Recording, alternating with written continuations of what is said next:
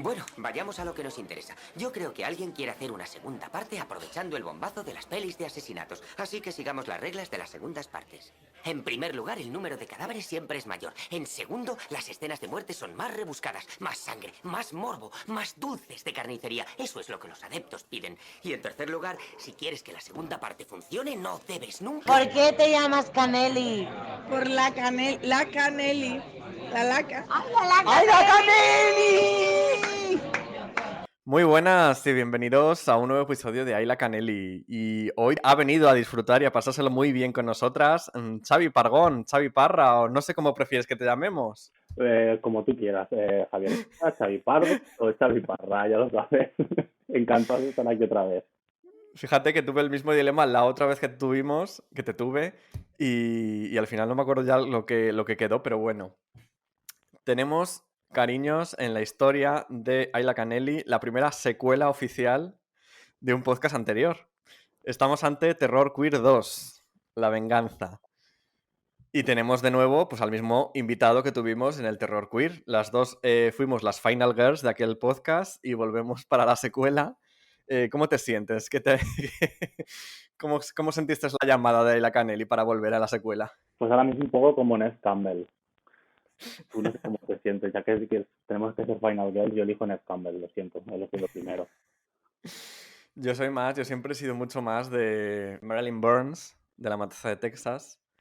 Pero la pobre sobrevivió a la primera película, pero no volvió a salir en ninguna de las secuelas. Bueno, pero al menos sobrevivió a la primera.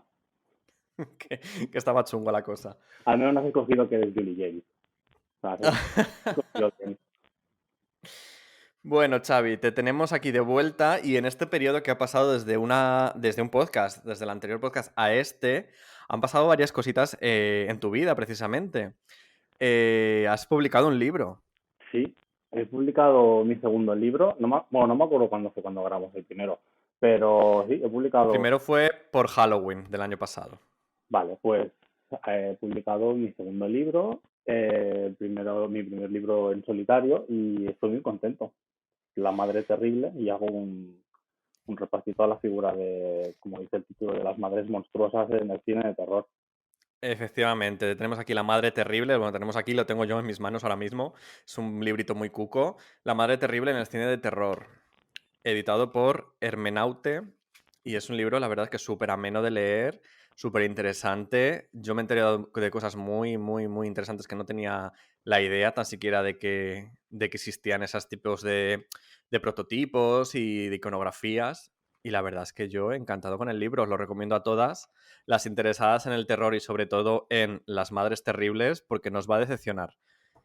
Bueno, después de la promoción...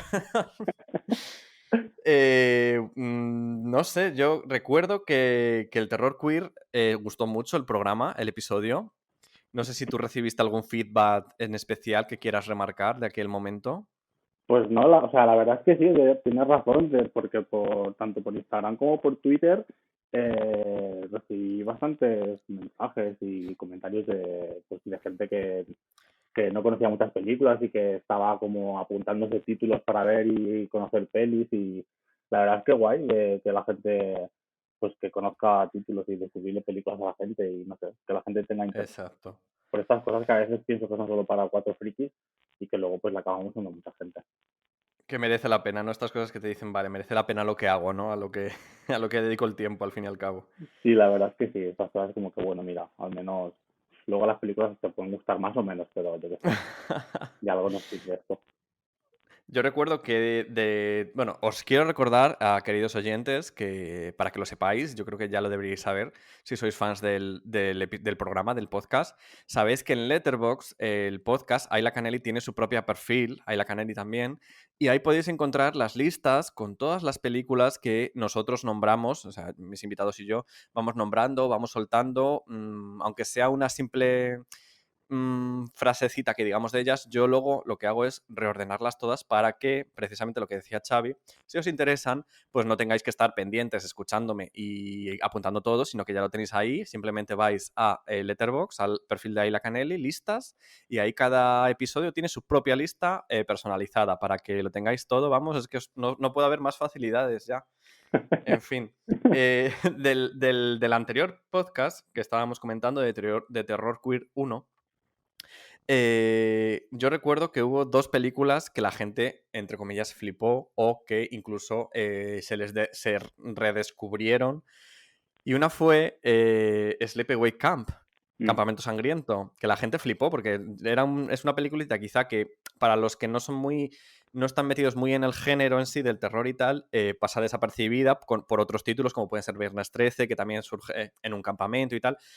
Pero que claro, que la gente flipó porque no tenían ni idea del contexto, ni del subtexto, ni del final tan siquiera. No sé si tú recibiste ese feedback que recibió Sleepaway Camp.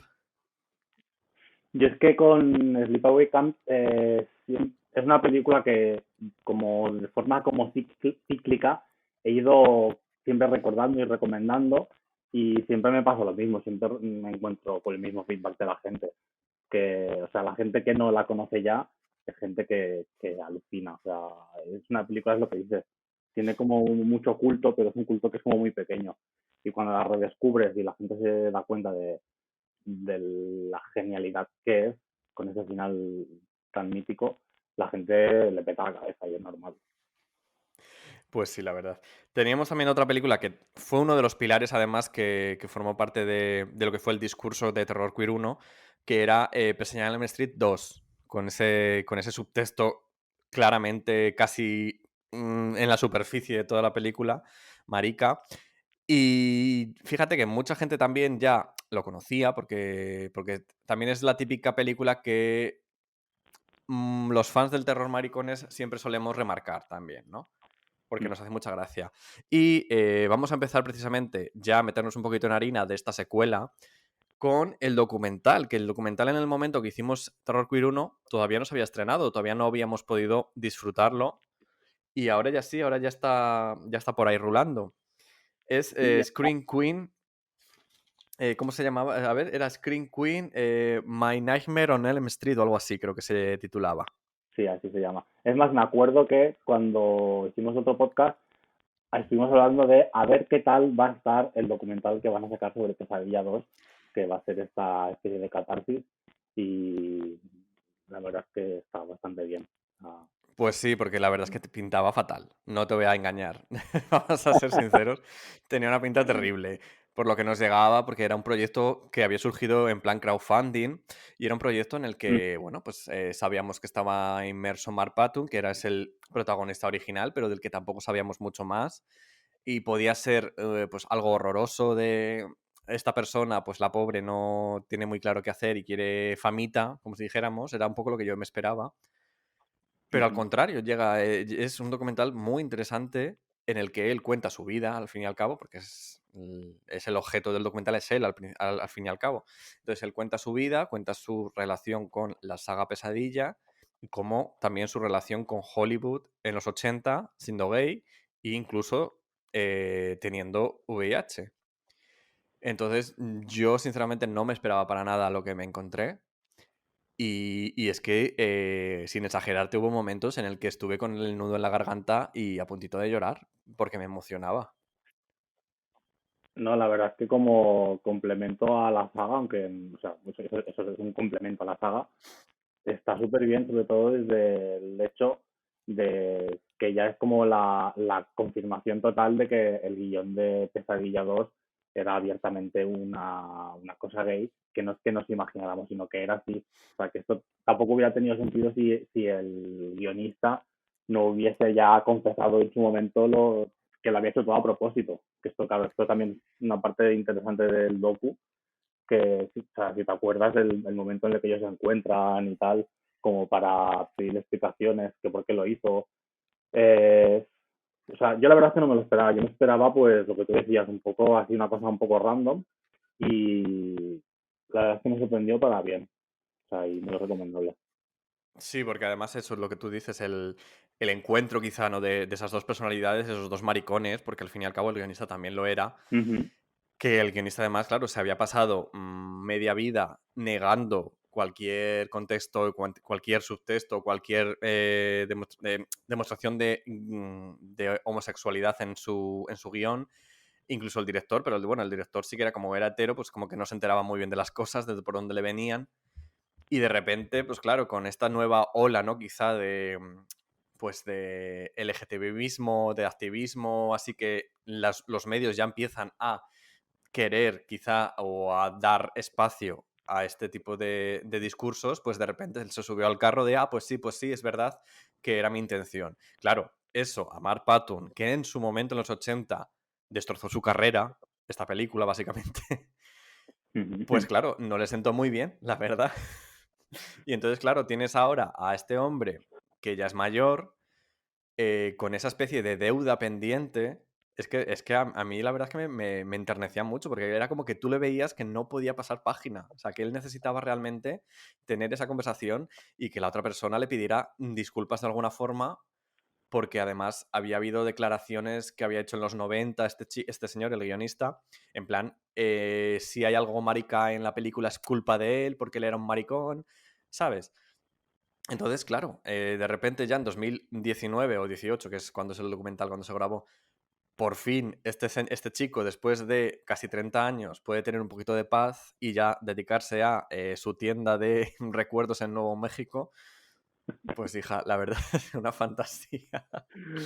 Claro, Lo que más me gustó a mí, bueno, dime, Xavi. no, es todo este proceso del actor que es como, ves como el propio personaje de la película se ha acabado comiendo al actor, y eso también lo acabas viendo en el hecho de las asistencias a estas Comic Cons así pequeñito, que son para los fans del terror y tal, que es como este mismo personaje del que él renegaba y todo, y que al final ha acabado admitiendo que pues su sexualidad y que pues que mira que Hollywood lo trató mal y que en realidad parte de convertirse en un apestado fue porque el guionista pues fue un poco cabrón, acaba, bueno, lo que dices de su catarsis no va a llegar al fin hasta que no encuentre la paz interior hablando con este otro señor y es eso, o sea, esta otra parte de Hollywood que nunca se ve, que creo que bueno, que claro, si hicieran este tipo de cosas con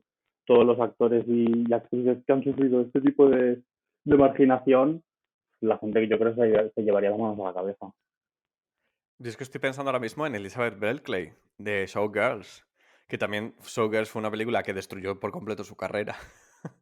Y a ella también le han costado casi 20 años abrazar al personaje, que claro, para los fans y para los maricones en general es un personaje icónico, pero a ella también le ha costado un proceso de, bueno, a ver, ir aceptando y tal, hasta que apareció, como ya dijimos en Canelevisión 1995, perdón, hasta que apareció en aquella convención celebrando el aniversario de la película, que ella dijo que por fin podía ya abrazar a Nomi Malone y podría ya pues celebrar, entre comillas, su participación en en esa película de culto. Yo creo que con Mark Patton pasa un poco lo mismo, que es un personaje que le ha hecho tanto daño, pero que a la vez es por lo que se le conoce realmente hoy en día, Ujú. que bueno, es también un viaje. Es como, pues, al fin y al cabo yo creo que es un poco como salir del armario también. Sí, sí, o sea, es que es eso, pero claro, pero no a pequeña escala ni con tu círculo más cercano, sino pues desde Hollywood como tu gran ventana en la que se te abre tu puerta y te echan a patadas, como aquel que dice, ¿no? Del armario, o sea, porque a él lo echan a patadas, encima en un momento que no es ahora, sino que en los años que eran, que tampoco era lo mismo salir del armario entonces que ahora. Totalmente. Bueno, hablábamos de Scream Queen, del documental sobre Pesadilla en Elm Street 2, en el que salen, pues su protagonista cierra algunos capítulos de su vida, consigue de alguna forma cerrar heridas.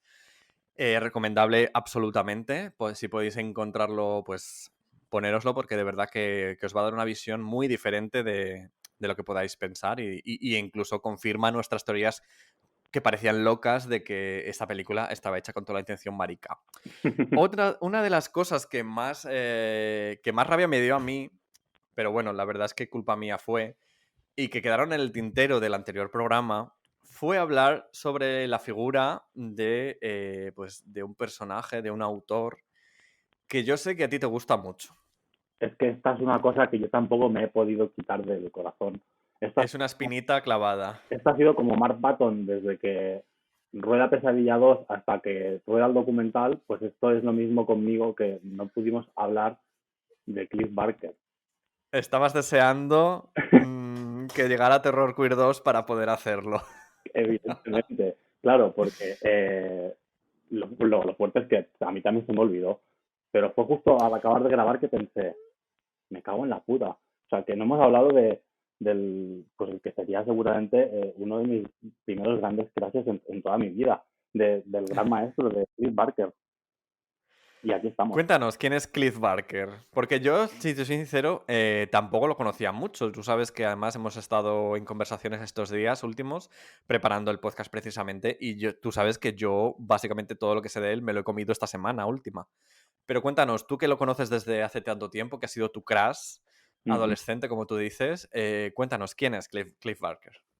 Pues Cliff Barker bueno, digamos que podríamos considerarlo como uno de los grandes padres de la nueva carne, pero antes de meternos en temas más filosóficos, digamos que, bueno, Cliff Barker es escritor, director, pintor, es lo que ya también diríamos que es un artista inglés que ahora mismo rondará, ahora ya está mayor, creo que ahora rondará los 65, 66.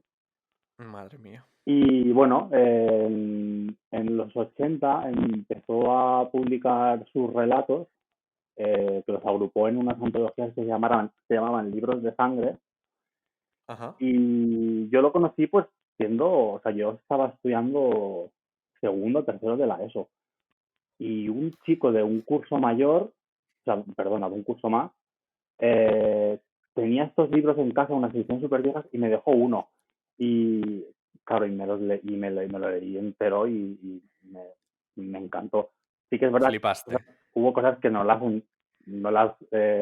entendí también como las pude entender cuando los volví a releer. Pero, Ajá.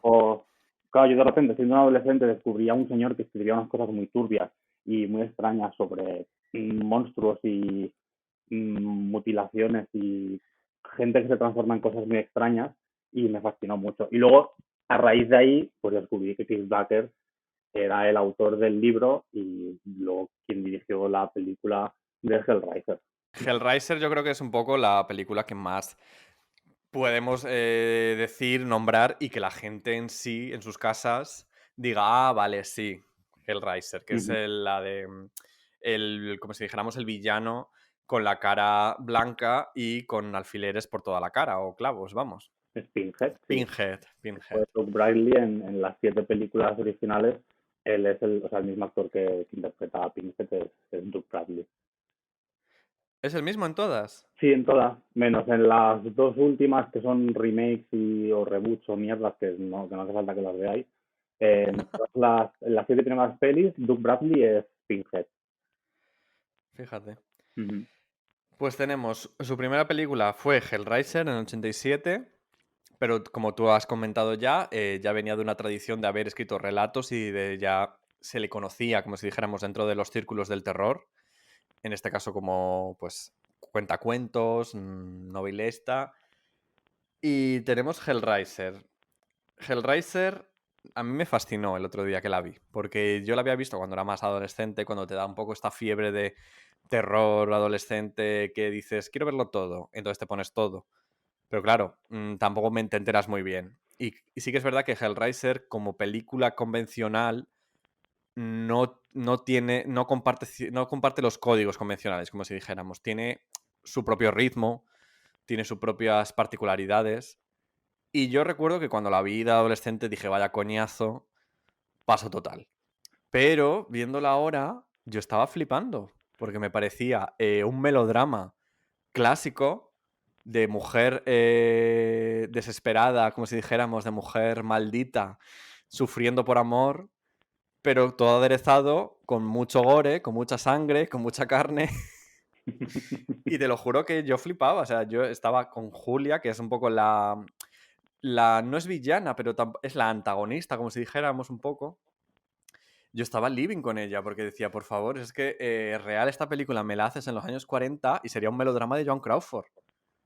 Sí, sí, bueno, es que además de tenerlo, o sea, es como para una película de terror comercial, es la antipelícula realmente, porque sus personajes, el personaje más carismático mm, son o Frank, que es un ser que se está transformando desde la nada y pasa de ser viscoso a ser humano, cosa que suele ser normalmente al revés de las transformaciones. Y también es muy icónica Julia, que, a ver, tú dices que no es una villana. A ver, buena no es. A ver, quizá en la secuela se convierta en villana, pero en lo que es la primera parte realmente no termina de ser tampoco la villana de la función. Kirsty sería la protagonista, pues eso, la mujer virginal, la chica virginal, que al final es la que tiene que luchar contra los monstruos, como si dijéramos, y ahí sí que Kirsty encajaría perfectamente en el papel de protagonista barra Final Girl. Pero yo creo que Julia realmente es un poco... es que yo no me atrevo a llamar a villana en la primera parte. No te hablo de la secuela. Que la secuela yo sé que ya da un giro y ya sí que se vuelve un poquito hija de puta. Pero en la primera realmente lo único que hace es estar pues un poco a las órdenes de su amante. Y claro, su amante necesita gente, en plan cuerpos a los que absorber la vida y absorber la carne. Entonces ella se los facilita. Pero ella es una mujer que se ve atrapada de repente en eso. O sea, que no es mala, mala, ni tampoco siquiera va contra Kirsty, si te das cuenta. Sí que tenemos que recordar que su amante es su cuñado. Ah, bueno, eso sí es verdad. Pero ves, eso es muy melodramático, eso es muy del melodrama clásico. Sí, sí, o sea, Estas especies de... hay que tener en cuenta que Cliff Barker, que o sea, dirige la peli, que está basada en una novela que él mismo ha escrito, y Cliff Barker, que aunque fue empezado a tener, o sea, empezó a tener reconocimiento en Estados Unidos cuando publicó sus relatos, él había hecho antes ya toda una serie de performance teatrales, o sea, él se empezó a formar, él se empezó a dar de cara al público eh, haciendo teatro. Entonces él tenía como un background como muy teatral. Entonces yo creo que de ahí le viene un poco todo este rollo de que cuando él hace historias con tanto personaje, la carga está tan dramática y tan de melodrama, creo que le viene un poco porque o sea, en realidad o sea, también le apasionaba mucho el teatro, como le apasiona. Yo Sí, creo que de hecho, va ahí ligado.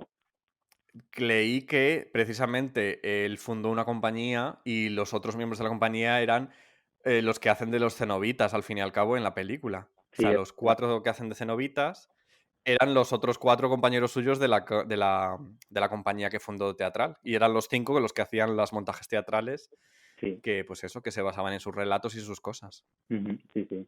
A ver, también hay que decir que de las de pelis, eh, Cliff Barker dirige la primera y ya de las siguientes, no es que se desentienda, pero es como que ya él acabó un poco hasta, digamos que estuvo un poco hasta el coño de Hellraiser. Porque él De era, los cenobitas. sí, claro, y de solo ser como reconocido por esto. Él en el documental es un documental del año 2000 en el que están los extras del DVD de Hellraiser, él empieza el documental diciendo que es la última vez que va a hablar de esta película porque ya, o sea, se ha dicho ya todo y que en plan de que está hasta las narices ya de estar todos los putos días hablando de la misma película y que le pregunten siempre lo mismo. Es como que mira, es la última vez que voy a hablar de esta película y ya está. Y Bueno, pero aparte de y- eso, o sea, no solo es por el hecho, supongo que también es un poco lógico de decir, a ver, chicos, ya está, que me parece muy bien, pero que dejéis de preguntarme porque ya lo he visto todo. Él también dice una cosa que me parece muy interesante y es muy guay, que él dice, es una película que ha calado tanto entre el público y tiene tanto fandom y ha creado como una subcultura en torno a ella, cuando hay que recordar que es una peli independiente y que nadie se esperaba que tuviera éxito. Y él dice que es una peli que ha calado tan hondo que ya ha pasado a ser más de los fans que de él. Entonces, por eso él dice que él ya no tiene nada más que decir de la peli. que aportar. Quizá te iba a decir, cuando te he intentado cortar antes, que quizá a partir de ahora, del año que viene, por lo menos, vuelva a hablar de ella, porque sabemos, justo salió la noticia, creo que ayer o antes de ayer, que va a reclamar los derechos de Hellraiser para que vuelvan a él, porque él, lo que tú decías, acabó un poco harto, entonces a partir de creo que fue tercera, Ujú. porque la segunda sí que él era todavía productor, creo, y la tercera no sé si productor o que por lo menos sí que como que dio el beneplácito, Sí, o que sí que seguía estando basada en alguna novela suya, algún cuento suyo, pero a partir de la tercera él quedó tan decepcionado con el resultado que ya dijo, mira, pues os vendo los derechos y haced lo que queráis con esto, pero yo paso total. Entonces, claro, la tercera no sé si era a principios de los 90, ¿puede ser? la tercera es del 92, del mismo año que Candyman. Pues justo, pues a partir de ahí los derechos ya no son suyos, pero claro, al fin y al cabo, La, él sigue siendo el creador. O sea que los derechos, como si dijéramos, Además, yo creo que los derechos las productoras los compran y los tienen durante, o sea, no de forma perpetua, me parece. Tampoco soy aquí experto en el tema. Es como ellos hacen con los derechos, pero tienen como una caducidad. Entonces, cuando llega este momento, la persona, o sea, el autor de los derechos puede reclamarlos para que vuelvan a él. O sea, no los va a reclamar por el hecho de quiero reclamarlos, sino porque como se les acaba este periodo, él puede reclamarlo y es como la primera opción es él. Y la verdad es que estaría claro, bien que hiciera algo. había leído, claro, cuando salió la noticia, lo que estaba leyendo era que ya eso estaba ocurriendo con los derechos de Viernes 13, que ya estaban en juicios y todo, Ujú, porque el guionista reclamaba los derechos y creo que se los reclamaba precisamente a ese Cunningham, que es el director de la película. ujú, Y de alguna forma, como que iban a. Lo que pasaba ahora con Berker y con Hellraiser era lo mismo, que como que había pasado un tiempo, creo que eran como 30 años, y a los 30 años ya el autor puede reclamar que le vuelvan a él los derechos, pero que tiene que hacer esa reclamación como 2 años antes de que se cumplan. Entonces, justo más o menos, pues me cuadran las fechas, porque si es del 93 y justo el año que viene es 2021, pues justo son 30 años ya. O ujú. sea, son 2 años antes de 30, son 28 años. Bueno, que somos maricones, somos de letras, pero Totalmente. que, que más o Es menos. lo Es que me estaba viendo a mí mismo como el gif de la señora que hace las matemáticas. lo que decías de Viernes 13, o sea, si te das cuenta, la última peli de Viernes 13 es del 2009 y hubo durante Sí. muchos años un intento de sacar como una secuela, que es más, que hay guiones rodando por ahí todo, que uno de los guiones, si no me equivoco, es de Nick Antosca, el creador de Channel Zero. Uh, También se quiso sacar adelante una versión de Viernes 13 que iba a ser un fan footage dirigido por uno de los directores de VHS, que tenía una pinta bestial. qué fuerte, sí. Pero la intención real de querer hacer algo, que era como que lo querían hacer deprisa y corriendo, era porque si no hacían una peli, perdían los derechos. Y al final Claro. no sé cómo se quedó, porque la peli no se llegó a hacer nunca y no hemos tenido Viernes 13 desde el 2009, o sea, ya ha pasado mucho tiempo. Y la verdad es que el tema este de los derechos de Viernes 13 no sé dónde estarán, pero es una cosa que también pues estaría bien que se recuperara de alguna manera. Hombre, de Viernes 13 se lleva rumoreando varios años ya que iba a haber una nueva secuela. No se sabía ya si secuela del remake o secuela directa del anterior, pero se lleva rumoreando años. Y de Hellraiser, a principios de este año yo creo que fue, que se anunció que iba a haber una nueva película y una serie de HBO, que iba a producir HBO. Qué maravilla. Es que Entonces, claro, ahora decían que si Barker el año que viene reclama los derechos, que parece ser que sí que lo va a hacer, estas producciones o salen antes, porque si salen antes de que él reclame los derechos, no siguen sin tocarle un pie a él, como si dijéramos, pero que si ya salían a partir de que él hiciera la reclamación, ya iba a haber movida.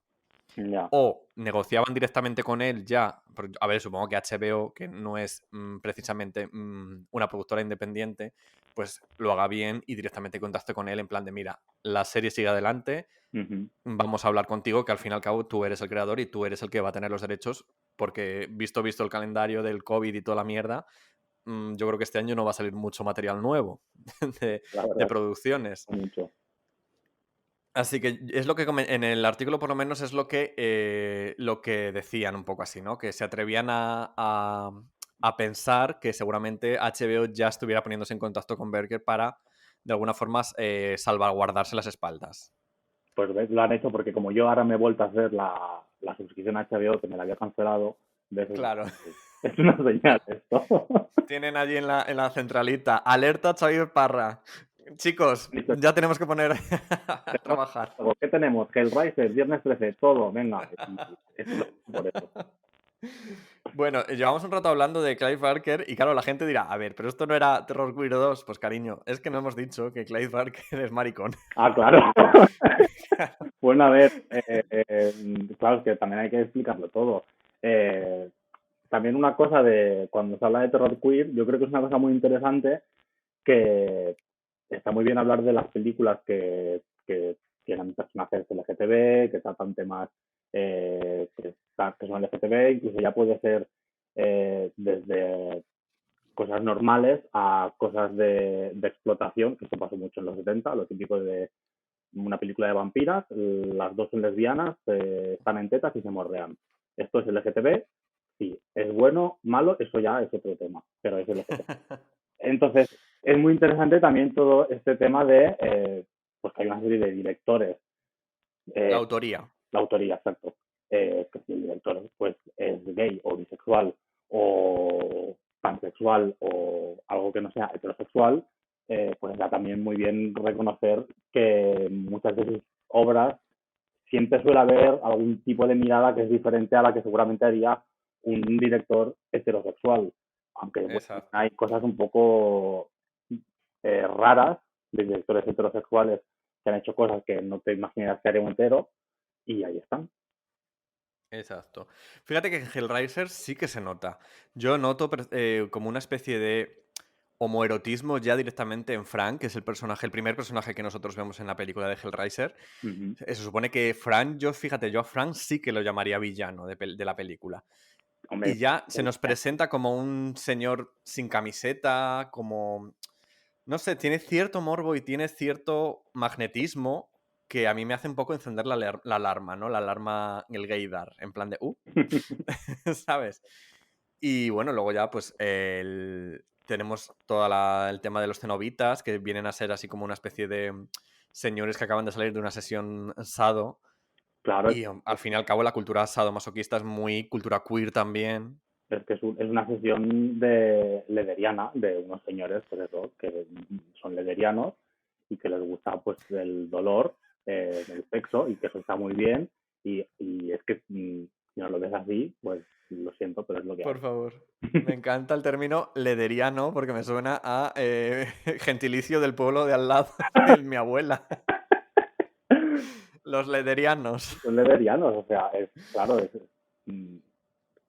es que tú te imaginas a estos señores de fiesta. Tú imagínate a unos hombres con estos outfits, ya no te hablo de las caras deformadas, con esta ropa en una fiesta de LED en un local en San Francisco, a que no te escandaliza. Totalmente, es que pegan totalmente con eso. Entonces podrían ser extras de Cruising también, de la peli de... Pues de también podría ser. Bueno, Hellraiser es su primera peli, como estábamos diciendo, del 87. Y en el 90 pues nos trae Nightbreed, que se tradujo en España como Razas de Noche. Razas de Noche, que es genial también. Yo creo que Razas de Noche sí que tiene ya un contexto quizá más queer, como si dijéramos, más de incluso de colectivo. No sé qué lectura haces tú de Nightbreed. Bueno, el tema este del colectivo, de estos monstruos que viven a la sombra, aparte la figura esta obsesiva de Carabotón, que es un nombre que fascina el villano, que se llama asesino Carabotón. Razas de Noche yo lo conocí por el libro, que yo después de leer el primer Libros de Sangre, la primera antología, la primera novela que me leí de Clive Barker fue Cabal, que es el título original de la obra, y que luego se llamó Razas de Noche. Y ya en el libro yo era un adolescente, y me gustó mucho y veía un poco extraña la forma en que trataba las relaciones, sobre todo entre los personajes masculinos, y decía... Pero en aquel momento tampoco le vi en plan, ay, mira, sí, están hablándome de esto, no. Pero es interesante, pues, porque no creo que lo haga de una forma diciendo, quiero hacer eso, pero no lo hago por miedo a, sino que es simplemente lo que a él le salía a la hora de escribirlo, algo como muy, muy orgánico. O sea, no creo que fuera otra cosa. al fin y al cabo también es lo que tú decías, la experiencia de una persona, pues homosexual en este caso, también queda marcada en su obra, yo creo, Claro, sí, sí. ¿no? Es un poco... Claro, estaba recordando ahora la crítica, entre comillas, sobre el artículo que escribió Jesús Palacios en el libro este sobre la nueva carne, de la que hablaremos ahora enseguida, pero se refería a ver que, pues eso, como que Jesús Palacios, heterosexual, se quejaba, entre comillas, de que, pues, que de repente ya Clive Barker no le pareció tan interesante porque como ya había salido como del armario y vivía siendo maricón con su novio en su casa de California, pues que ya no le parecía tan interesante porque como que su mundo de monstruos y de represiones y cosas internas, pues que ya no era el mismo. Bueno, claro. Entonces, claro, dime. No, a ver, claro, no era el mismo porque aunque seas Cliff Barker o Stephen King o quien sea, tampoco puedes sacar un Hellraiser al año. Eso también es, pues, Exacto. tampoco puedes estar reinventando el terror y los códigos siempre. Pero a Cliff Barker, después de Hellraiser y muchos años después, ha seguido haciendo muchísimas cosas y ahora ya se dedica más a...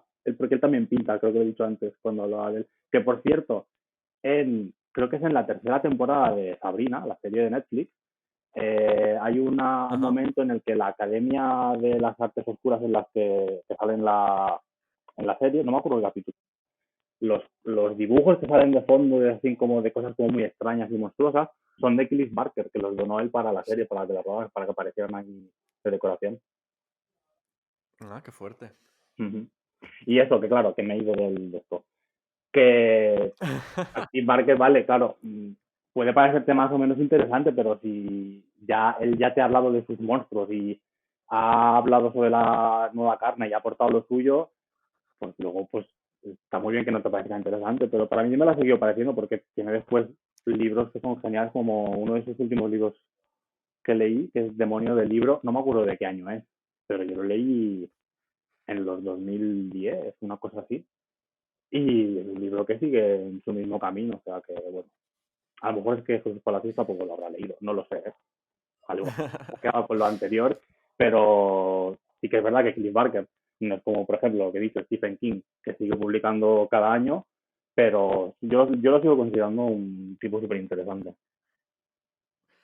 A ver, lo es. Y bueno, a ver, también tenemos la visión de, pues eso, de Jesús Palacios, que desde aquí, pues, no queremos decir nada malo de él, porque es un señor que sabe de terror, sabe de lo que habla también, muy interesante sus cosas, pero al fin y al cabo, claro, la experiencia quizá gay, pues, no sé, ¿sabes? Viniendo de una persona heterosexual, pues déjame ponerla en cuarentena, quizá, Ya, sí, sí. ¿no? Pues, Pero bueno, desde aquí todos nuestros respetos a Jesús Palacios totalmente.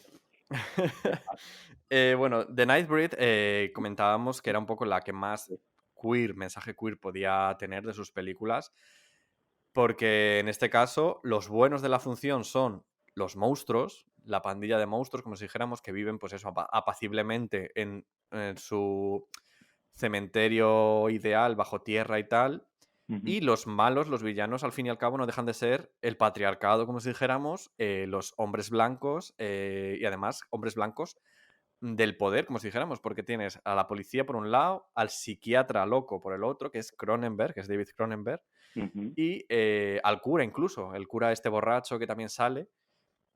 Entonces, esos son como los factores malvados que amenazan la existencia de los monstruos, que en este caso son los buenos de la función. Pues lo que ha amenazado siempre la existencia de todos los curas. Y sí, es que por eso es muy guay el tema este de que los malos pues acaban siendo los hombres blancos heteros. Además, justo hay un flashback sobre la Inquisición, en el que los monstruos en el antepasados de los que viven hoy en día bajo el cementerio fueron masacrados en esto. Bueno, tenemos a un héroe, como si dijéramos, un antihéroe también puede ser, que es este chico que, como que si dijéramos, es heterosexual, blanco heterosexual, cis, y de repente se da cuenta de que él forma parte de esta raza, ¿no? Uh-huh. Entonces él como que sufre una especie de salida del armario y de aceptación incluso.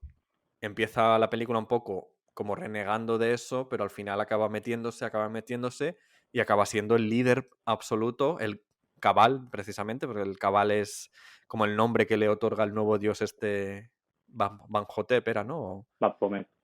Baphomet, pues acaba siendo Cabal, que es el líder de los Nightbreed.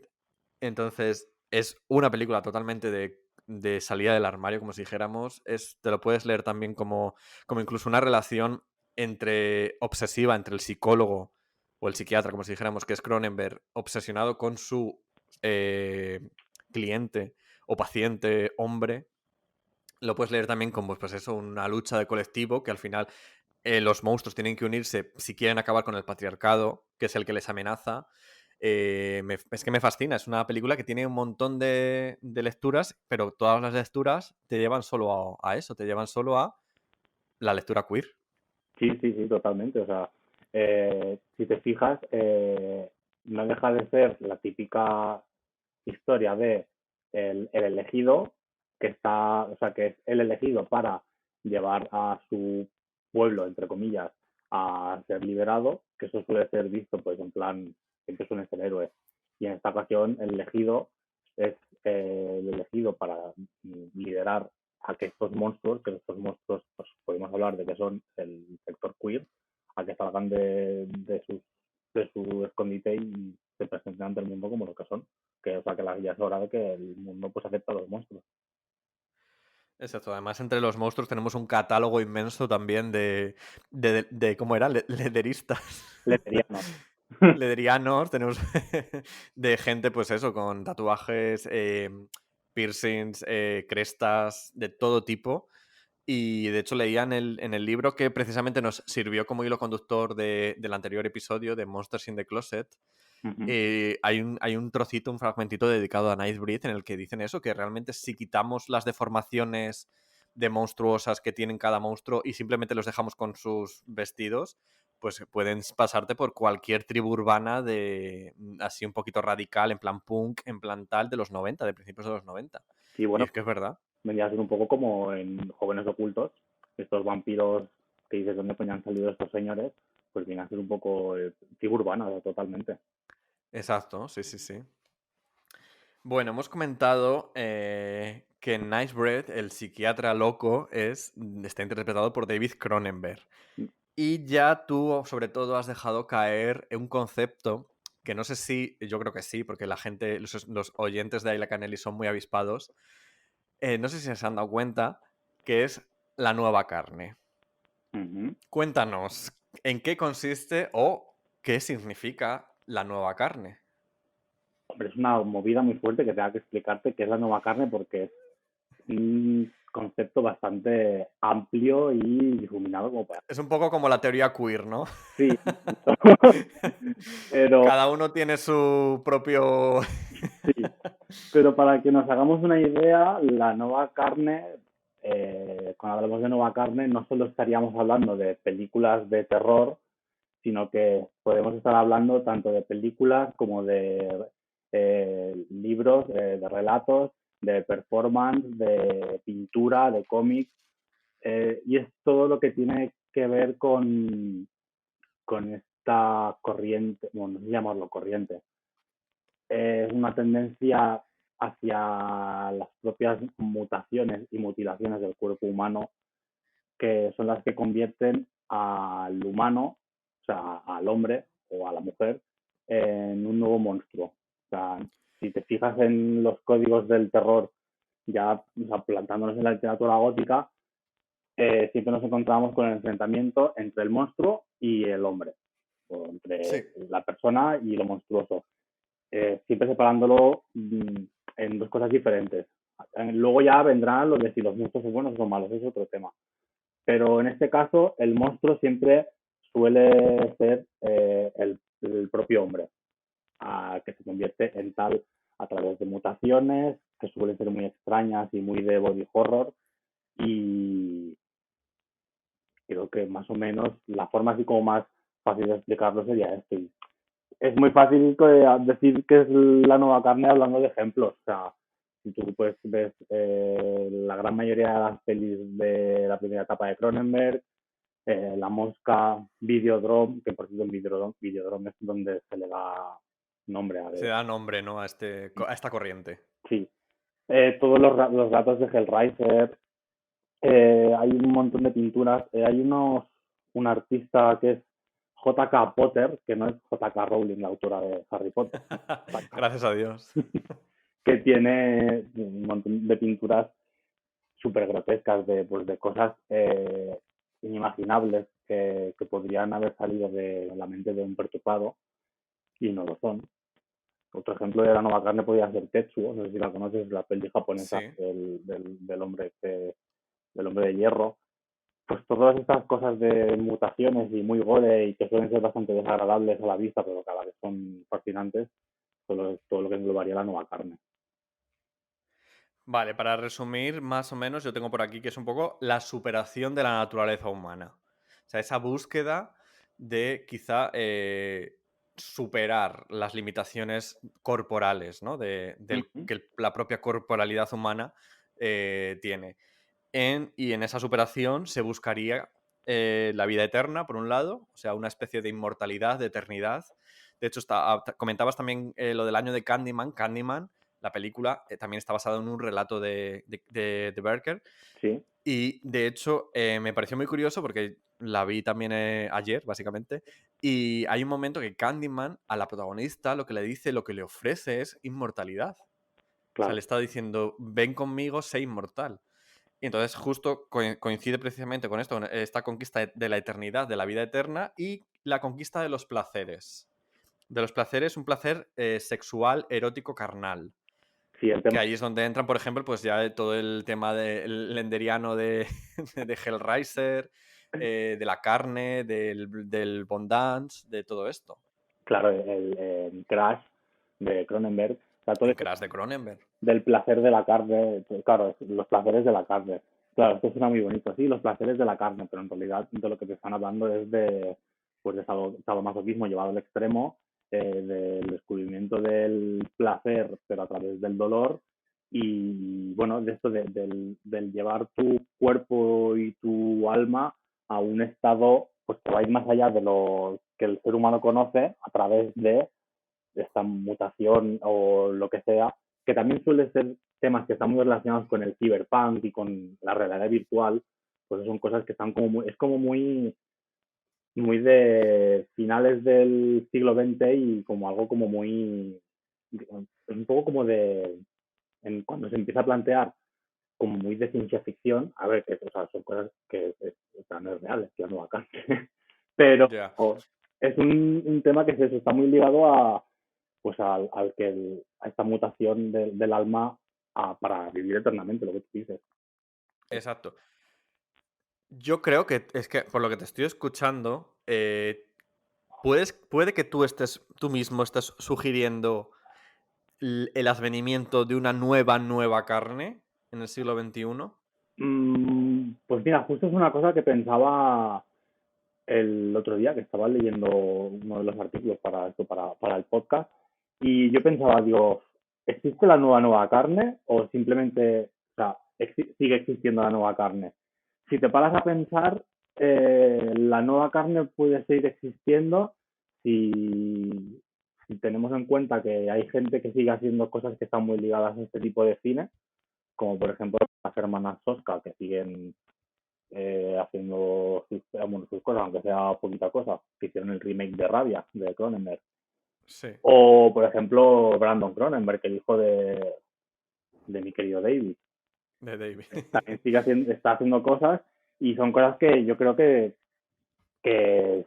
hablan mucho de esta nueva carne, sobre todo el cine de Brandon Cronenberg, que está muy conectado con el cine de su padre, pero él le añade mucho más este tema como muy millennial de los medios de comunicación, la fama, las redes sociales. No sé si has visto Antiviral.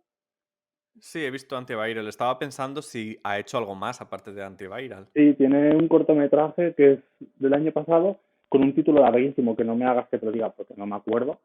Y luego este año tiene Possessor, que es una peli que estuvo en Sundance y que esperamos verla en festivales. Espero que esté para Sitges, espero verla allí.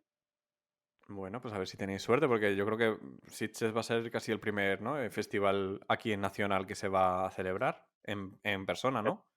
Cruzamos los dedos. Madre mía. Pues estábamos hablando de Cronenberg y yo soy consciente de que David Cronenberg es una figura que merece totalmente un Ayla Canelli para él solo. Lo tendrá seguramente en un futuro. Pero vamos a dar un poquito de unas pinceladas. Hemos dicho que la nueva carne como tal, o sea, como manifestar viva la nueva carne, viva esta tal, se produce en la película Videodrome, Ujú. que es del año 83. O sea, que estamos hablando de una corriente que surge en más o menos finales de los 70-80 y llega un poco hasta nuestros días, pero donde más repercusión tiene es eso, en los 80 y quizá 90, ¿no? Sí, porque sí, ten en cuenta que Videodrome es del 83 y las primeras pelis de Cronenberg, sus primeras pelis son de finales de los 70. Siempre me hago un lío. Sí, Rabia y Shiver. No me acuerdo nunca cuál es la primera. la primera es viniendo dentro de Shivers, que es del 75 y Rabia es del 77. Y ahí ya, él ya prefigura cosas de la nueva carne. Y también Sí. ten en cuenta que Clive Barker, aunque publique por primera vez a principios de los 80, él ya venía a hacer sus performances y sus cosas. Entonces, yo creo que era simplemente, bueno, estas cosas que pasan en el arte, ¿no? Que de repente, pues como mucha gente empieza a hacer cosas a la vez que se parecen mucho. Y esto es, yo creo que es lo más interesante de la nueva carne. Que vale, que sí que David Cronenberg acaba siendo como el, el más icónico, como el mayor representante, pero no es él el que dice, venga, voy a hacer esto para que todo el mundo me diga, no, es como, es el que acaba teniendo la voz cantante, pero es una cosa que surge de forma espontánea en diferentes espacios y es lo guay. Y cada uno también le da su pincelada personal. Sí, eso es lo interesante. Estábamos eso, comentando Cronenberg. Así rápidamente, ¿cuál sería tu película favorita de Cronenberg? Pues mira, hoy te digo Videodrome porque la volví a ver ayer. Qué oportuna. Sí, te podría decir, a lo mejor te digo La Mosca o te puedo decir Inseparables o te puedo decir Rabia o es que me gustan todas. Yo sin duda te contesto Crash. Es que ves, te puedo decir Crash, es que hay tantas opciones que es como se Porque... en al día. Pero aclaremos que Crash del año 96, No no Crash la que ganó el Oscar en 2004. es Sandra Bullock, no, Esa esa. no. Además, fíjate que Crash, la película en sí, tiene un momento un poquito bastante homoerótico, que dijéramos, entre los dos protagonistas hombres. Lo tiene, lo tiene. Porque yo creo que la nueva carne realmente supera la naturaleza humana y también supera un poco, yo creo, como si dijéramos, las identidades sexuales también de los sujetos que la procesan, ¿no? Claro, porque la nueva carne no entiende de orientación sexual. O sea, la nueva carne le da igual, porque lo que quiere la nueva carne es el placer. ¿Y el placer cómo lo consigue? Pues el placer lo puedes conseguir con una relación hetero, con una relación homosexual, con una relación lésbica, de una forma, o sea, de la relación como tú quieras concebirla realmente. Si te fijas en El almuerzo desnudo, que está basado en la novela de Burroughs, hay varias veces hay un personaje que está todo el rato repitiendo que en este mundo que se presenta en la peli, como que es muy de esto de tener relaciones entre gays, va a tener relaciones entre hombres. Hay como una coletilla que se está repitiendo varias veces que no es como, o sea, no es un chiste. Yo puedo llegar a entender que en su momento al igual hay gente que lo entendiera como un chiste, pero es curioso como va haciendo todo el rato hincapié en el hecho de que es guay tener relaciones entre hombres. Y lo va diciendo así y es bastante interesante. No me acuerdo qué año es el almuerzo desnudo, creo que es de Yo creo que principios de los 90. 90. Y A ver, que tengo yo aquí tengo aquí la lista IMDb de David Cronenberg y El almuerzo desnudo del 91. 91, ¿ves? Y claro, yo la vi durante el confinamiento porque me he repasado toda la filmo de Cronenberg y no recordaba este momento tan gay friendly de aquel personaje que quiere follar con hombres y ya está, y punto, porque no es una cosa rara. En Crash, pues eso, tenemos a los dos hombres heterosexuales que vamos, que van súper de machotes. De hecho, uno de ellos es como un poco también el epítome de masculinidad como súper tóxica. Y de repente a mí me impactó, es que me impactó mucho y además es una escena que cada vez que la veo me gusta más incluso, que se encuentran eso, que no tienen a ninguna chica cerca, entonces dicen, bueno, pues ven para acá. Pues claro, Y de la se otra. ponen ahí en el... Además, claro, también cuenta con un poco lo que viene contando Crash, que es un poco la fascinación con los accidentes de coche, la fascinación con las... pues con las cosas, las prótesis, con las cicatrices. Y entonces, claro, es justo que él se acaba de tatuar como una especie de tal y el tatuaje todavía está fresco. Y entonces, bueno, amigas, si no habéis visto Crash, de verdad, yo os la recomiendo muchísimo Yo, porque es una película que nos va a dejar indiferentes. yo creo que por eso me gusta tanto, por eso último que has dicho de la fascinación por las prótesis y las cicatrices y tal. Pero esto es una cosa que ya hablaremos en otro momento. Sí. O ya hablaremos, o ya hablarás tú con tu psicólogo, cariño. No, yo recuerdo que mi primera experiencia con Crash, yo tenía un amigo, de cuyo nombre ya prefiero no acordarme, ¿La amiga eres pero que... ¿Eh? ¿La ¿El qué? amiga eres tú o no? No. Voy a contar la anécdota. Yo tenía un amigo que estaba muy obsesionado con Crash, que había visto la película. Entonces, era mi mejor amigo de la universidad, como si dijéramos. Entonces, cada vez que él veía algo o que yo veía algo y que nos obsesionaba, pues claro, al otro nos lo recomendábamos. Y él le dio pues una temporada muy fuerte con Crash. Y yo recuerdo que se puso súper pesado y ve Crash y ve Crash. Claro, yo a mí al principio pues tampoco me llamaba, la verdad. Y años después, cuando ya estuve aquí en Madrid, ya vivía yo en Madrid, pues surgió que hicieron en la Filmoteca una retrospectiva de Cronenberg. Y justo pues ponían Crash, obviamente. Y dije, bueno, pues esta es la mía. Voy a ver Crash de una vez. Y te lo juro, recuerdo estar sentado al lado de una señora mayor. Y claro, yo viendo la película, y además yo fui solo, porque yo soy muy de ir solo al cine también. Estaba yo, ya te digo, sentado, y de repente noto que me estoy poniendo cachondo. Y que real se me está poniendo dura. Y claro, yo tenía a la señora mayor al lado y yo ya no sabía ni cómo sentarme. Y digo, por favor, qué vergüenza. ¿Pero por qué está pasando esto? Y es que de verdad es una película muy fuerte. Pero es que quiero aprovechar para recomendar la novela de J.G. Ballard, que es en la que se basa Crash, que se llama igual, se llama Crash también. Porque la novela, no sé si la has leído, pero la novela es... si la película es de volarte la cabeza, la novela ya es de que, vamos, de que te hacen un escáner directamente que le explotaba la cabeza pues 400 veces. No sé si la has leído. La novela tiene el puesto en mi vida de ser la primera novela con la que me he puesto muy cachondo. Es que es muy fuerte. Es que yo recuerdo que la novela ya la leí cuando estuve viviendo en Londres, porque además recuerdo que fue la primera novela que leí ya allí, estando allí. Y recuerdo ir leyéndola en el metro y yendo cachondo perdido en el metro. Muchísimo, pero yo pensé, digo, ¿pero qué me está pasando? Y primero pensé que me había puesto, que yo estaba mal de la cabeza, porque me puse cachondo leyendo la novela. Y luego me acuerdo que volví a ver la peli y me puse más cachondo todavía, entonces justo hoy me he hecho una encuesta en Twitter preguntando si es normal que me ponga tan cachondo viendo pelis de Cronenberg. La gente por lo que veo todo el mundo me está pensando que sí, que es normal, entonces no me preocupo. Hija, pues ahora entro a tu Twitter y la hago porque no la he visto. Luego voto. Estamos hablando de la novela de Crash de J.G. Ballard, es el autor, en la que se basa luego la película de Cronenberg. De la novela lo que también me gustaría rescatar es la fascinación que sienten, aparte de por los accidentes de coche, por las celebrities. No sé si te recuerdas eso de los personajes de la novela, que de hecho estaba obsesionado con Elizabeth Taylor. Esto lo hice en la peli, no me acuerdo yo de eso. Claro, en lo que es la película sí que hacen como una especie de referencia a los accidentes de coche clásicos, como si dijéramos, en Sí, plan, o históricos como James Dean y tal. Pero en la novela sí que se centran muchísimo en toda la, como si dijéramos, mitomanía que Vaughan, que es el protagonista más chungo, que es un poco el más maestro de ceremonias, que induce al otro chico, a Ballard, en sí. todo este mundillo de obsesiones y tal. Él está obsesionado con la figura de Elizabeth Taylor.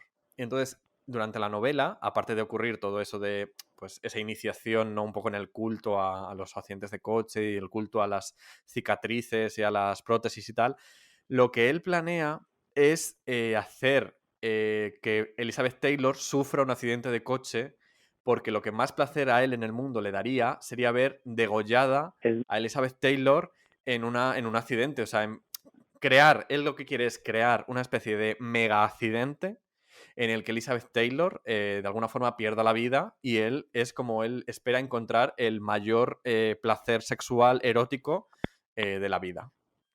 Y entonces es verdad, la novela es lo que cuenta. Claro, luego la película, pues supongo que Cronenberg, al adaptarla, diría, bueno, igual si hacemos esto, la Elizabeth Taylor nos mete un puro que nos caga, ¿sabes?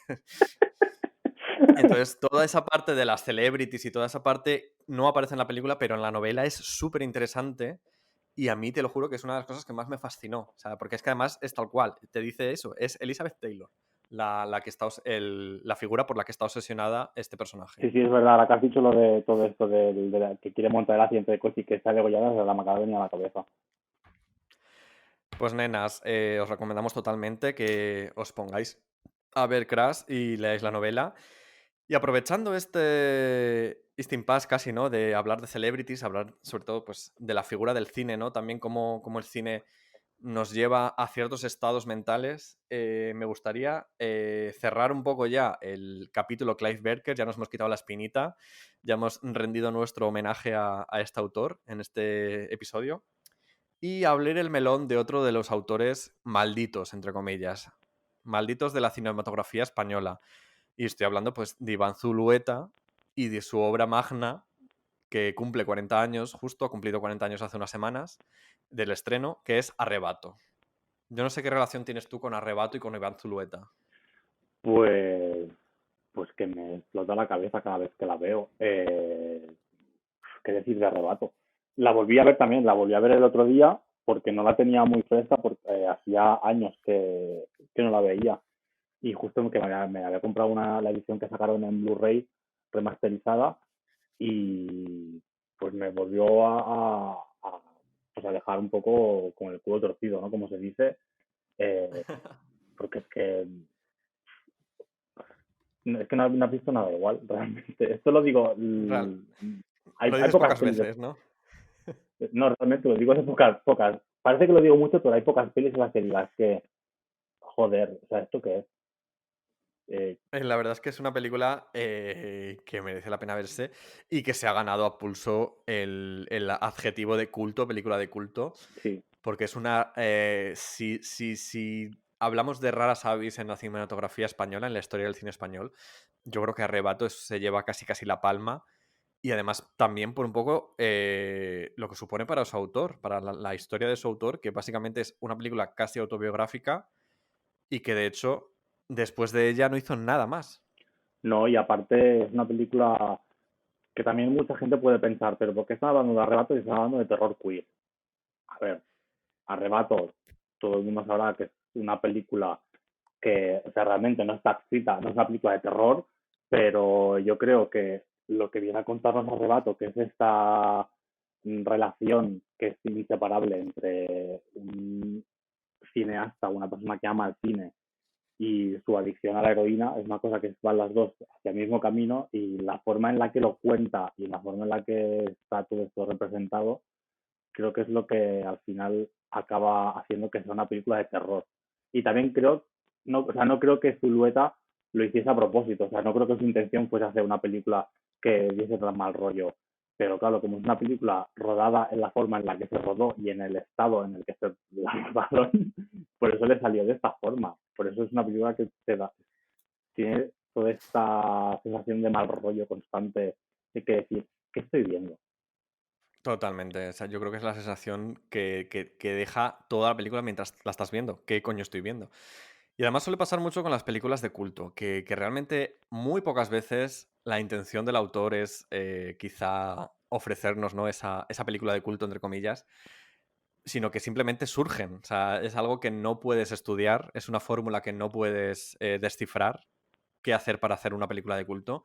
Simplemente surgen y simplemente aparecen. Y precisamente lo comentaban el otro día, estaba viendo el coloquio que hicieron en versión española y lo comentaban ellos, que la película no es una película para nada perfecta, al contrario, es una película en la que tiene muchos fallos, pero que todos sus fallos como que se ponen de acuerdo para hacer de la película mejor, algo mejor. Sí.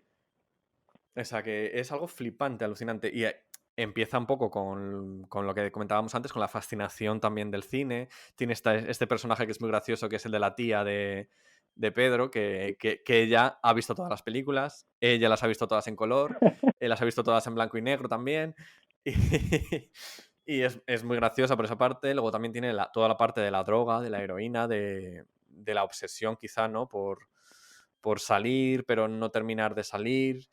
Y no sé qué lectura haces tú, pero al final casi que parece una oda a la autodestrucción completamente, porque parece que no hay salida, parece que la película no plantea ninguna salida viable, ¿no? Para los protagonistas, para los personajes, parece que están condenados desde el primer momento.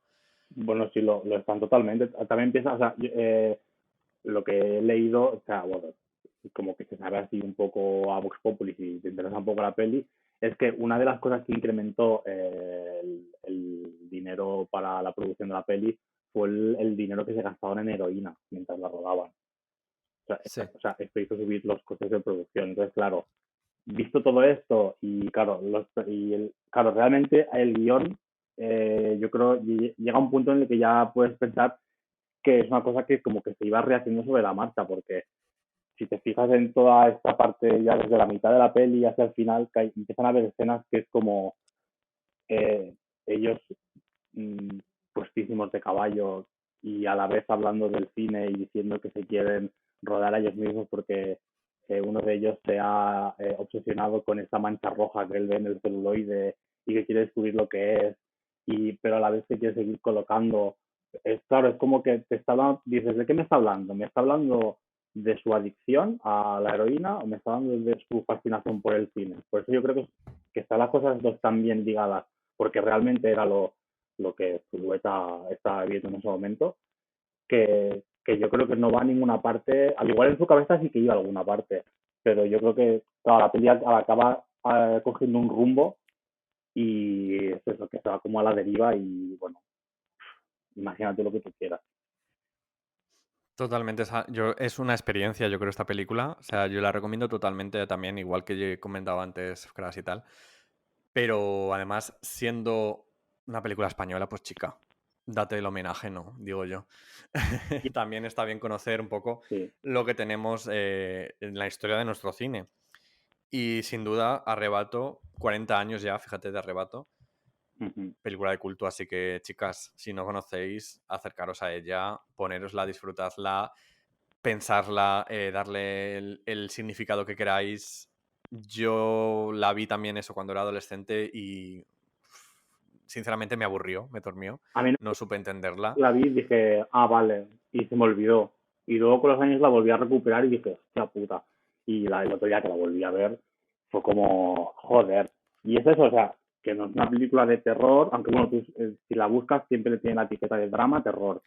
Pero es eso, es terror por el tema este de la adicción, cómo te la demuestra de una forma tan clara. Hay una escena muy graciosa que es cuando el personaje de Cecilia Roth está en la cama y están ellos dos fuera y ella los está escuchando como como Pedro le dice venga va, dame un poco, y dice él, no, dice que le he dicho a ella que no tengo nada, dice, y como que se meten y le dice el personaje de Eusebio Boncela, venga va, ahora entra pero que no se te note, y abres la puerta y aparece el otro con un colocón gigantesco y es que claro, es como, parece una comedia, pero es que a la vez es súper mal rollero. Claro, y si sabes todo el trasfondo de la peli es como más mal rollero aún, por eso llega a catalogar como película de terror, creo yo.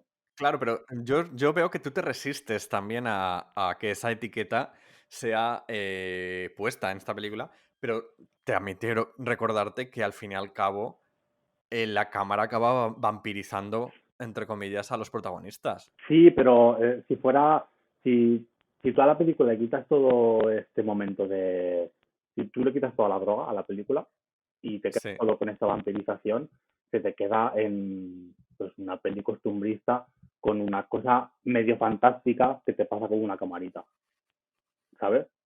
yo creo que todo este elemento de la droga añadido es todo lo que le da todo este pozo de peli de terror. Y yo creo que Zulueta no es una cosa que hagas de forma consciente, ¿entiendes? A esto me refiero. O sea, no es que no la... O sea, realmente sí, es una película de terror, pero no creo que la intención de Zulueta fuera que fuese una película de terror.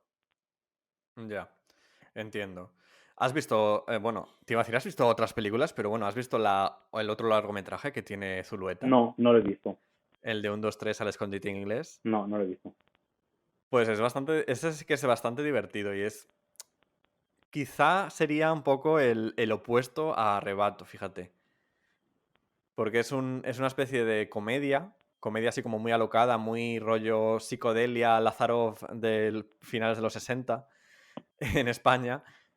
Bueno, es más de los 70 quizá. Y en el que un grupito de personas así que se han juntado, jóvenes que quieren hacer música, que de alguna forma quieren eliminar a sus contrincantes para el Festival de Eurovisión, para representar a España en el Festival de Eurovisión. Entonces es lo que realmente es una película hecha a base de videoclips y claro, cada grupo tiene su propio videoclip, pero luego de repente aparecen el grupito protagonista y les ponen como un atentado, les ponen como una bomba o ¿sabes? Como para intentar librarse de ellos. Es muy divertida, es muy también experimental en ese sentido, un poco psicodélico, tal. Sale José María Íñigo, de hecho, haciendo 2 personajes. Pues a ver si Sale también Tina Sainz, de muy joven, haciendo una especie de personaje muy linamorguiano. No sé, yo te la recomiendo. Si puedes, póntela porque seguro que por lo menos te va a hacer gracia, seguramente. Pues la recuperaré. Sí, la recuperaré. Pues cariño, si seguimos la escaleta, pues podríamos hablar de nuestras compis trans que están últimamente un poco siendo atacadas desde el propio gobierno. Es un poco fuerte esto. Bastante fuerte. Pero, amigas, tenemos que reconocer que en el gobierno, ahora mismo, en el partido mayoritario del gobierno, en el PSOE, hay un sector TERF que no descansa ni un momento en hacer imposible la vida a nuestros compañeros y compañeras trans. Yo estoy un poco indignado, no sé tú, pero yo sí. A mí esto Y me parece terrorífico, de verdad. esto sí que es terror, de verdad. Sobre todo porque es la propia vicepresidenta la que está capitaneando esta especie de sector TERF. Y de verdad, horror. Solo recordaros que las personas trans existen. Los derechos de las personas trans son derechos humanos. No entiendo cuál es la duda, no entiendo cuál es el problema. Que porque una persona trans tenga sus derechos asegurados no le va a restar ningún derecho ni a las mujeres ni a otros colectivos. Todas esas bobadas que están intentando tergiversar de alguna forma la teoría queer, lanzarla contra nosotros, lanzarla contra ellos. La teoría queer es es una teoría, pero las personas trans existen de verdad, existen en el mundo real, viven, respiran. No son teorías, ¿sabes? Entonces, bueno, dejando claro esto, me parece curioso entrar en el...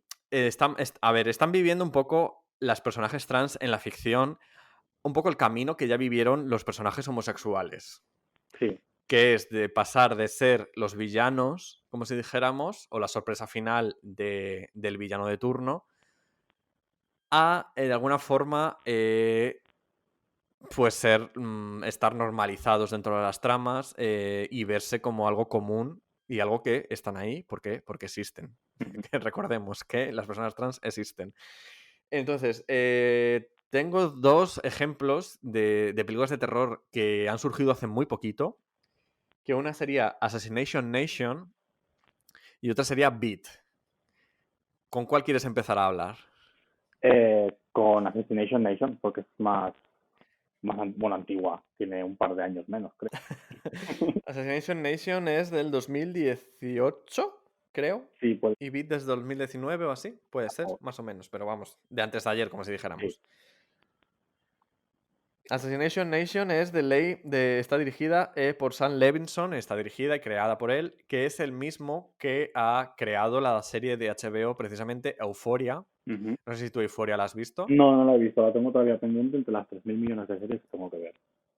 Estupendo, pues recomendadísima, Euforia. Y Assassination Nation cuenta un poco la historia de un grupito de amigas en un pueblo típico, pueblo así como muy pijo, pero como muy minoritario de América, de la América profunda. Recuerda que el pueblo En es el, Salem. el pueblo es Salem. Sí, es Salem en la actualidad. Ah, pues no. Ese detalle se me había escapado, fíjate. Entonces, como que surge un rumor que una de. No se sabe muy bien de dónde ha salido, pero como que todo el pueblo se monta en armas, como si dijéramos, una caza de brujas contra ellas. Ujú. Claro, ¿qué pasa? Que entre ellas, del grupo de amigas, como decíamos, pues hay una que es una chica trans. Y que las demás están living con ella, que en ningún momento el que ella sea trans forma parte de la trama, en plan ni salida del armario trans ni nada. Ellas lo viven completamente normal, la tratan como una mujer más. Y bueno, la película la verdad es que es muy disfrutable, divertida también, porque tiene sus puntitos ahí bastante cómicos.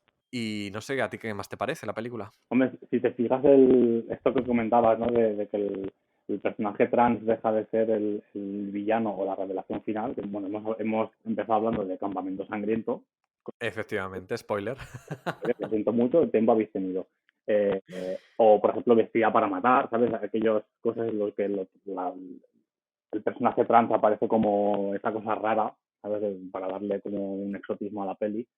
Y Sí, aquí es eso, o sea, tenemos a pues una de ellas, es simplemente pues una chica transexual. Y el conflicto que hay, pues cada una de ellas tiene pues como un pequeño conflicto.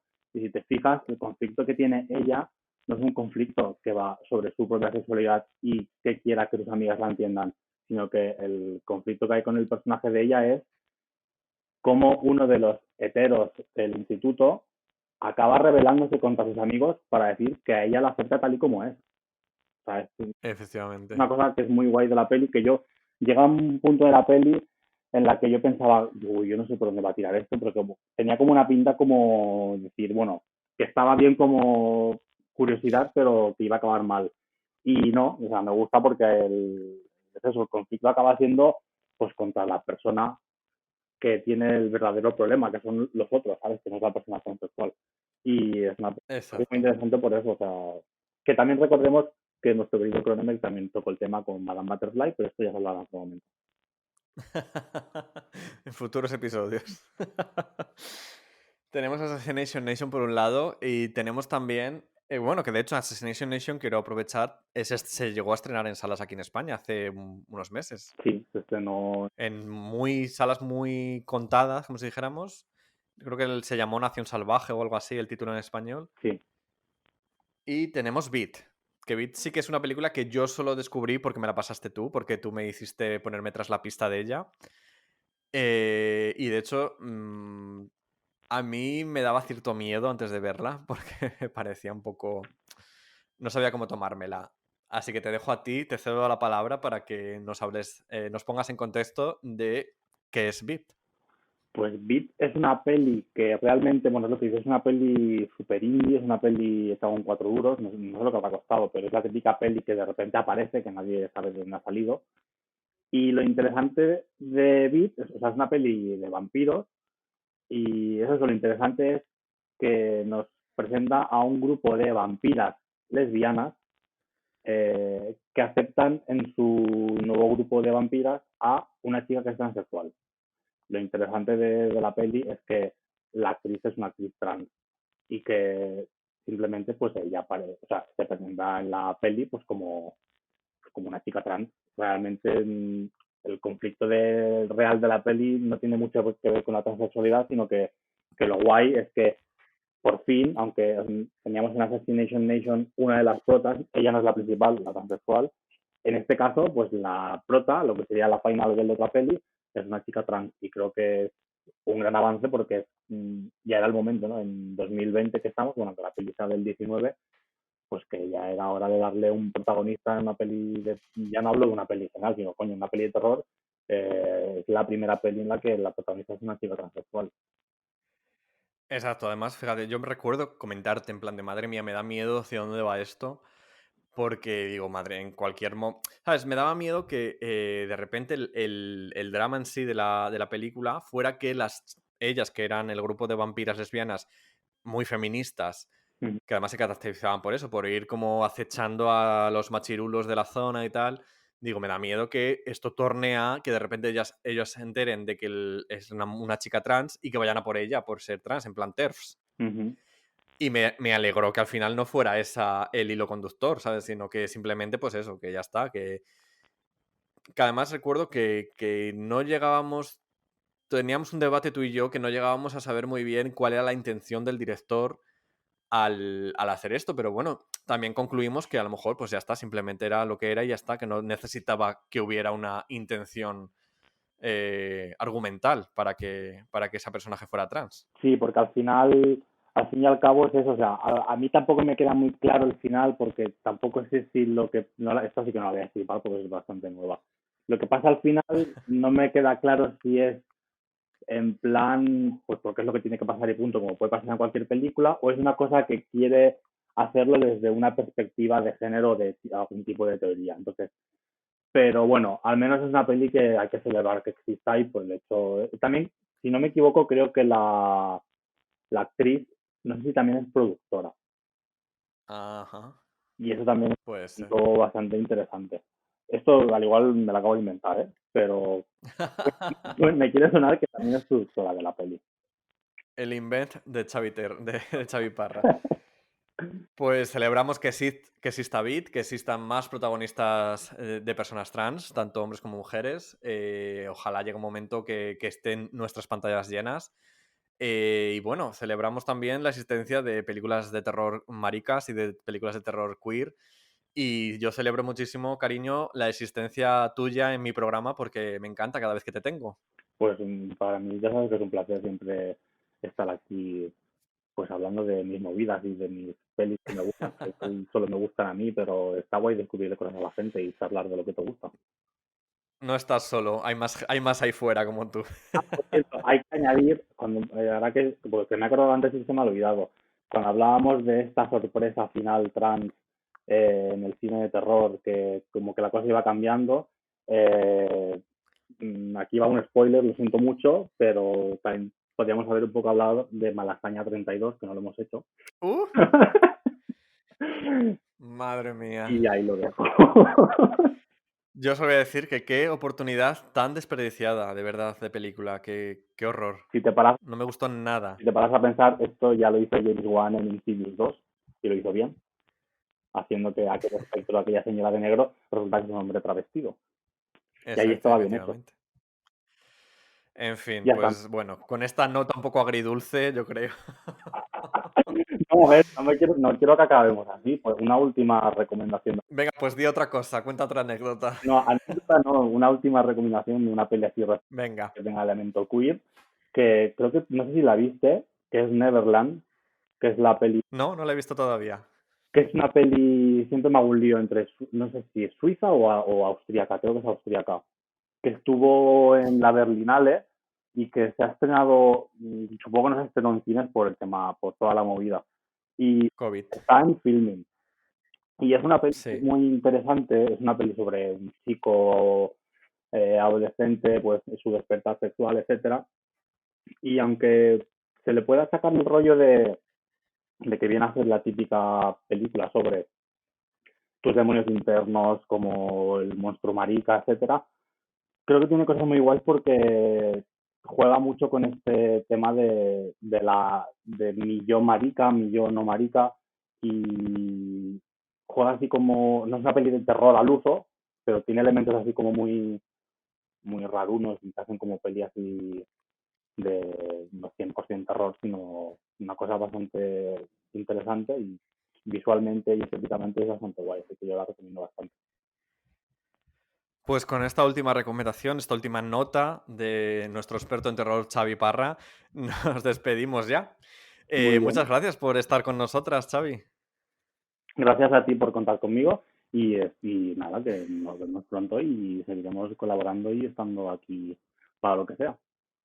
Maravilloso, entonces. Pues nada, chicas, un besito a todas. Estamos ya en el mes del orgullo, así que orgullosas todas de conoceros y de estar. Celebrad vuestra existencia porque, vamos, están las cosas como para andar lanzándonos platos entre nosotras. Os mando un saludo a todas, os espero que os haya gustado el capítulo de hoy, el episodio de hoy, y cuando volveremos, pues seguramente que muy prontito. Un besito, chao, chao. Un beso, adiós. Make me blue, hold me tight, make me thrill with delight. Let me know where to stand from the sun. I want you, I need you, I love you with all my heart. Every time that you're near, all my cares disappear. And you are the one living for. I need you 'cause I love you. And I know that I never